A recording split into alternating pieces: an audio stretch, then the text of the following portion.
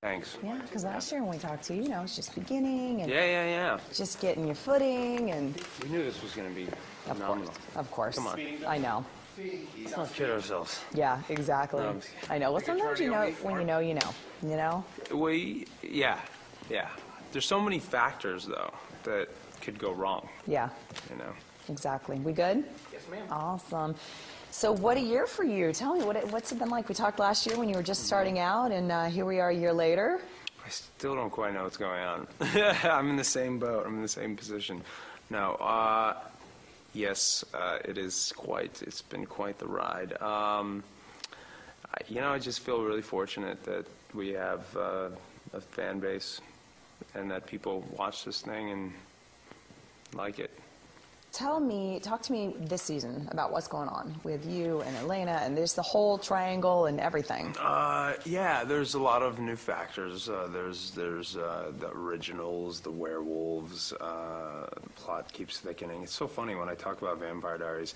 If you try to summarize it, it can sound so incredibly campy or so but it's so not, and it just really is that plot driven, and it is so there are so many subplots that you really do have to be a fan and watch the show in order to get heavily involved. But I don't know, it's they're dealing with a lot of new issues, and then on top of that, Elaine and Stefan aren't they're sort of rocky, and I think to Damon's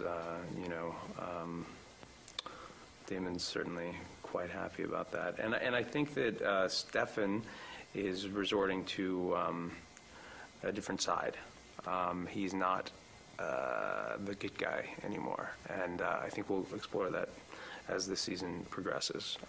And I think that's just like a shift that happens between Damon and Stefan. They take it's like the yin and the yang. They take the good and the bad, and they just constantly are sort of intertwining in that sense. So I'm thinking we may see Damon a little softer, a little bit, maybe. Yeah, and then it's like the minute he gets too soft, he hardens, and it's kind of like, and same with Stefan, it's like the minute he thinks they're happy and everything's great, he has to resort to violence, and it's cool. And flashbacks are my favorite, and so we're going to do some flashbacks and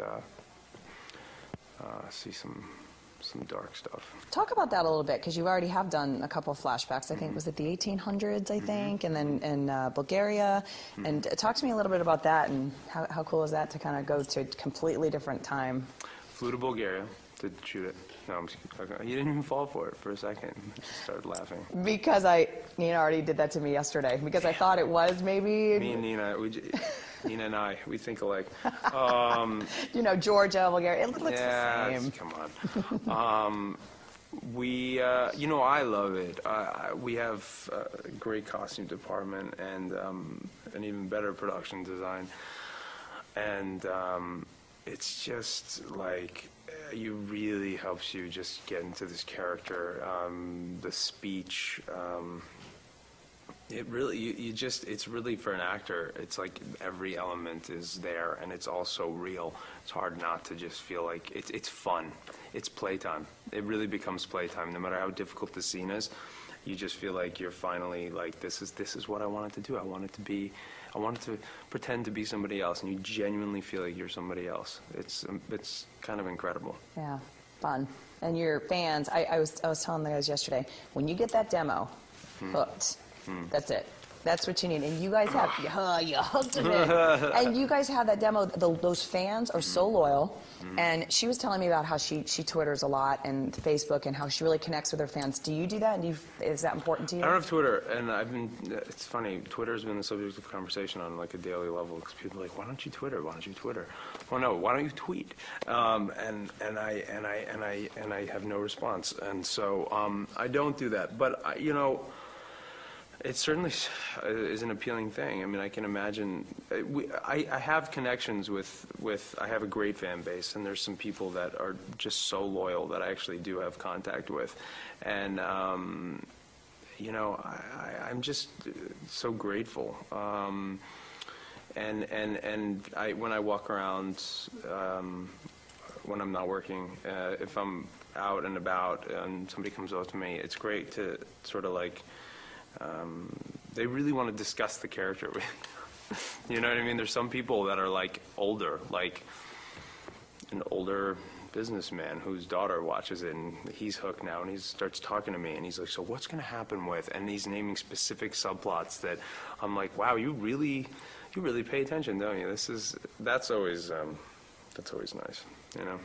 And the music's awesome, and it's obviously such a Music's very huge part of the show. Yes. And I'm sure that lots of those songs are bought because of the show, I would imagine, especially with your fans. I pay cash for everything. It's all out of my paycheck.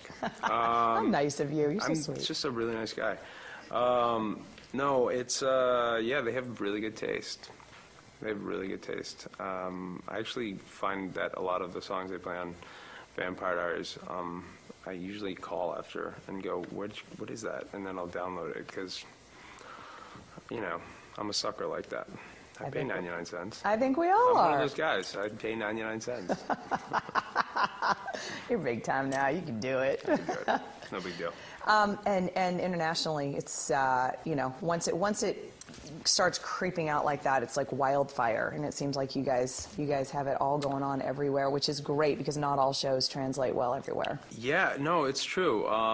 Not all shows do translate everywhere, and I love hearing the voice, like in the it's great. In fact, I got a letter from the guy who does my voice in France, I think. It was fantastic. And then I watched the French thing, and I was like, whoa, this is Elena.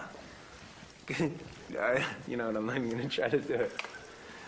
I think you could do the voiceover Yeah, in I think French. I can. I wish I could say something. It's funny, I studied French for like 9 years, and I'm totally embarrassed to say anything just because I'll offend the people of France. So let me practice it some more before I do that. You studied for 9 years? I was in school studying French from 6, 7, 8, 9, 10, 11.